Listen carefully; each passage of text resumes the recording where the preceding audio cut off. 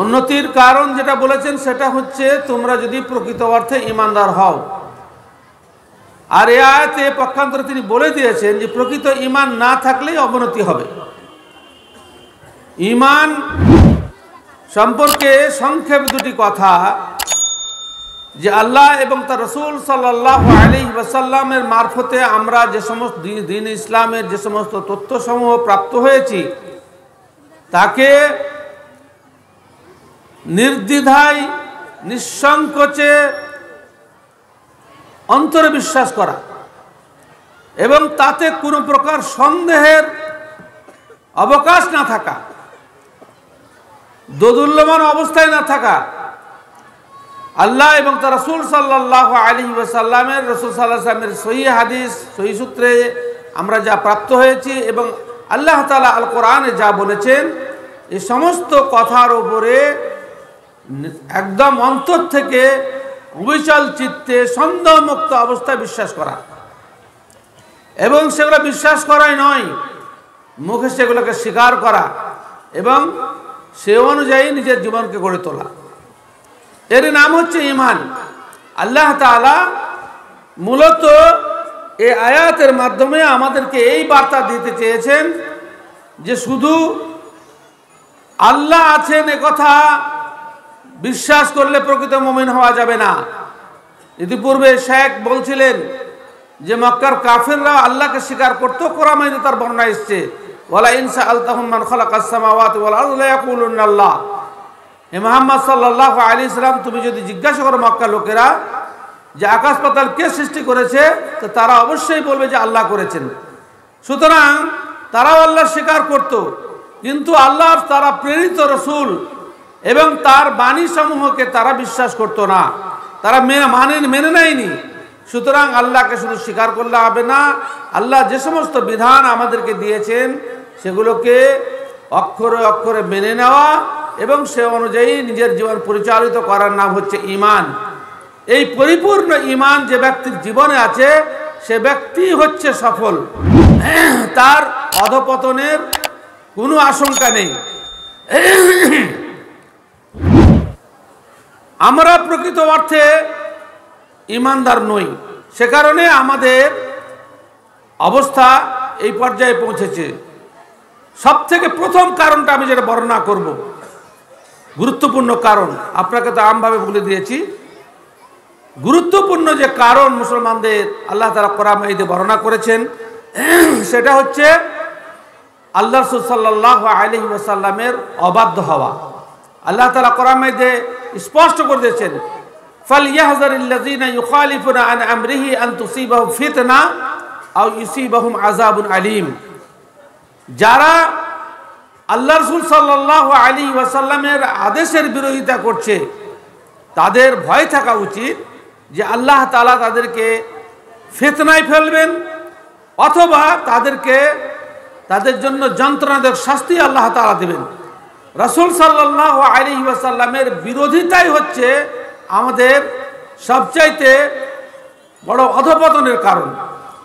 এ মর্মে আল্লাহ রাসূল সাল্লাল্লাহু আলাইহি ওয়াসাল্লামের যুগে উহুদ যুদ্ধে থেকে এই বিষয়টা স্টার্ট হয়েছে এবং পরবর্তীতে তারা ওই ঘটনা থেকে আমরা ওই ঘটনা থেকে শিক্ষা নিইনি।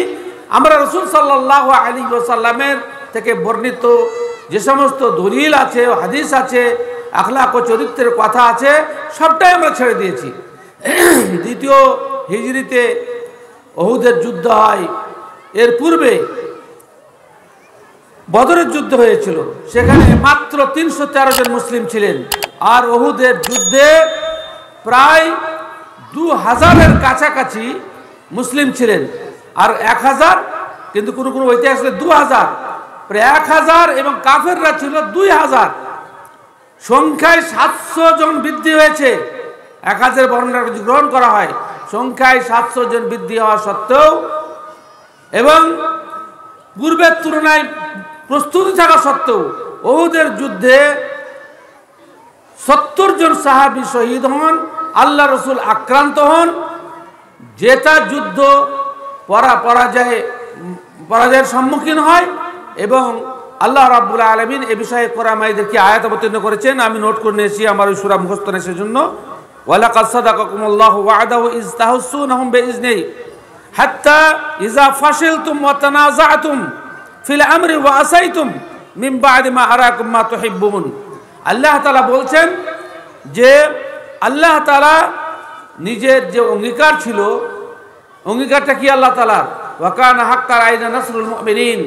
আল্লাহ তাআলা এটা ওয়াদা এবং আল্লাহ তাআলার উপরে ওয়াজিব করেছেন যে তার মুমিনদেরকে তিনি আল্লাহ সাহায্য করবেন। আল্লাহ তাআলা মুমিনদেরকে সাহায্য করবেন, এটা আল্লাহ তাআলার অঙ্গীকার। কিন্তু এত সত্ত্বেও উহুদের যুদ্ধে আল্লাহ তাআলার নাম নিয়ে যখন যুদ্ধ করতে শুরু করলেন, নাম নিয়ে যখন যুদ্ধ করতে শুরু করলেন, তখন কাফেরদেরকে কচুকাটা করতে লাগলেন। কাফেররা একসময় ভয়ে পালিয়ে যেতে শুরু করলো। কিন্তু যখন যুদ্ধ জয়ের সম্ভাবনা একদম উদ্ভাসিত হয়েছে, সকলেই জানছে যে কাফেররা পালিয়ে যেতে শুরু করেছে, নিজের কাছে যা যা সম্পদ ছিল তা ছেড়ে দিয়ে আল্লাহ রাসূল সাল্লাল্লাহু আলাইহি ওয়াসাল্লাম যুদ্ধের প্রথমে আব্দুল্লাহ বিন জুবাইর আনসারীর নেতৃত্বে বা বেশ কিছু লোক, প্রায় 40 জনের কাছাকাছি, গিরিপথ অর্থাৎ পাহাড়, দুই পাহাড়ের মধ্যবর্তী রাস্তা পাহারা দেবার জন্য, তাদেরকে রোমাত বলায়, তাদের সকলের তীর নিক্ষেপ করতে সক্ষম ছিলেন, তাদেরকে আব্দুল্লাহ বিন জুবাইর আনসারীর নেতৃত্বে এই নির্দেশ দিলেন যে আমরা যুদ্ধে জিতি কিংবা হারি, কোনো অবস্থাতেই তোমরা নিজের অবস্থান ত্যাগ করবে না, পরবর্তী আমার পক্ষ থেকে কোনো নির্দেশ না যাওয়া পর্যন্ত।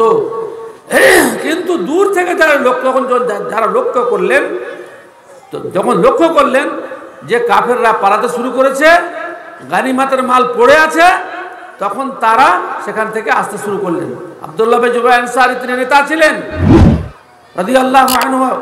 তিনি বারবার রাসূল সাল্লাল্লাহু আলাইহি ওয়াসাল্লামের নির্দেশকে স্মরণ করালেন এবং বলতে লাগলেন যে আল্লাহ রাসূল সাল্লাল্লাহু আলাইহি ওয়াসাল্লাম বলেছেন, হারি কিংবা জিতি আমার পরবর্তী নির্দেশ না পৌঁছা পর্যন্ত তোমরা স্থান ত্যাগ করবে না।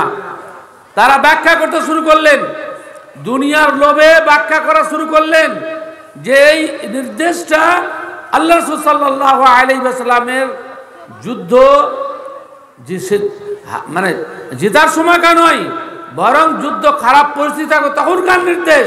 সুতরাং এখন তো কাফেররা পালাতে শুরু করেছে, আমাদের এখানে থাকার কোনো প্রশ্ন ওঠে না। আব্দুল্লাহ বিন জুবাইর আনসারী বললেন, তোমরা চলে যেতে পারো, কিন্তু আমি আল্লাহ রাসূলের পক্ষ থেকে আমির, নেতা, আমি কোনো মতেই এখানে ইসলাম ত্যাগ করতে পারবো না। খালিদ বিন ওয়ালিদ রাদিয়াল্লাহু তাআলা আনহু তখনও তিনি ইসলাম গ্রহণ করেননি। কাফের সেনাবাহিনীর তিনি ছিলেন সেনাপতি।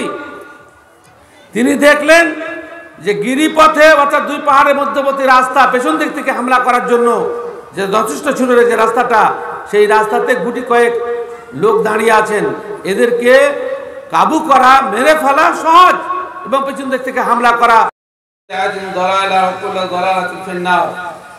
আউযু বিল্লাহি মিনাশ শাইতানির রাজীম। বিসমিল্লাহির রাহমানির রাহিম। ওয়ালা তাহিনু ওয়ালা তাহজানু ওয়া আনতুমুল আ'লাউন ইন কুনতুম মুমিনিন।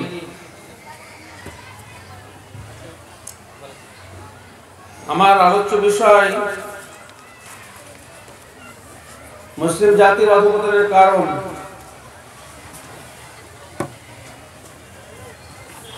মুসলিম জাতির অধঃপতনের কারণ সম্পর্কে বলার জন্য আপনাদের সামনে অত্যন্ত পরিচিত আয়াত যেটা তেলাওয়াত করেছি, সেটা আপনারা সকলেই জানেন। উলামায়ে কেরাম অধিকাংশ সময় বর্ণনা করে থাকেন যে তোমরা নিজেকে ওয়ালা তাহিনু ওয়ালা তাহজানু, ওয়ান শব্দের অর্থ হচ্ছে নিজেকে অপমানিত বোধ করো না, দুর্বল ভেবো না, দুশ্চিন্তাগ্রস্ত হয়েও না। ওয়া আনতুমুল আ'লাউন ইন কুনতুম মুমিনিন, তোমরাই সকলের উপরে থাকবে যদি প্রকৃত অর্থে তোমরা ঈমানদার হও। ভাই সকল, আল্লাহ তাআলা এই আয়াতে আমাদের উন্নতি এবং অবনতি দুটি কারণই বর্ণনা করে দিয়েছেন।